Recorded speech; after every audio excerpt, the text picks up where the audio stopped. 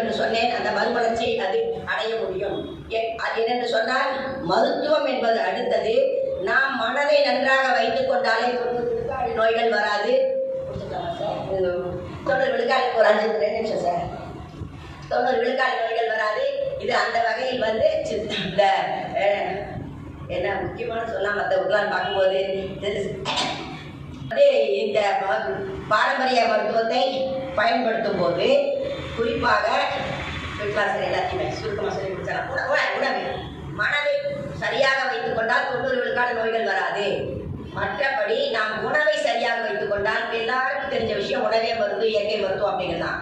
உணவை நாம் சரியாக வைத்துக் கொள்வது, உணவு முறைகளை சரியாக வைத்துக் கொள்வது, அடுத்து உணவு முறையோடு காயகல்ப முறைகளை சீராக பேணுவது, இதெல்லாம் நமக்கு ஒரு உணவு, உறக்கம், உடற்பயிற்சி, வாழ்வியல் முறைகள் இவை சீராக அமைந்துவிட்டால் நம்முடைய ஆரோக்கியம் மேம்படும்.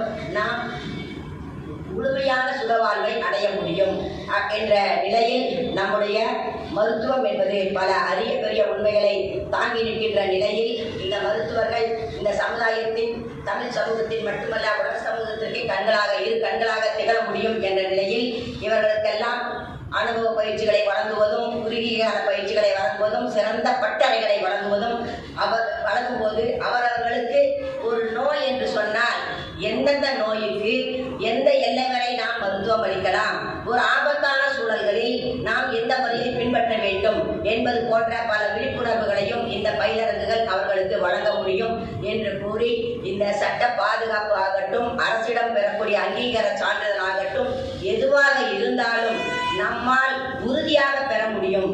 நம்மிடம் வேண்டியதெல்லாம் உழைப்பு, முயற்சி மட்டுமல்ல, ஒருங்கிணைந்த அமைப்பு.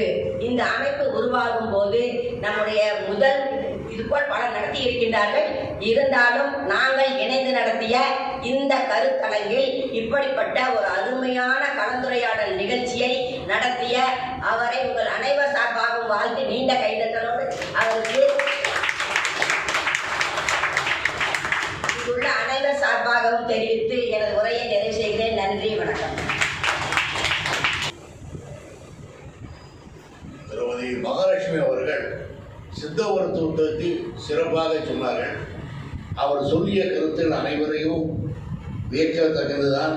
இன்றைய நடைமுறையில் அதை பயன்படுத்தினால் சித்த மருத்துவத்தில் ஒரு முன்னோடியாக விளங்குகிறது.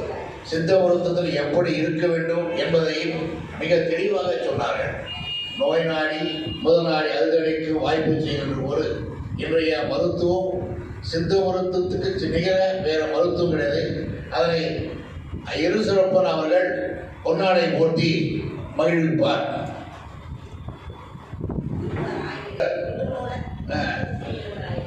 திருமூர் ஆய்வு சாய்வாக இருசிறப்பனுக்கு மகாலட்சுமி அவர்கள் பொன்னாடை போட்டி கௌரவிப்பார். அவர்கள்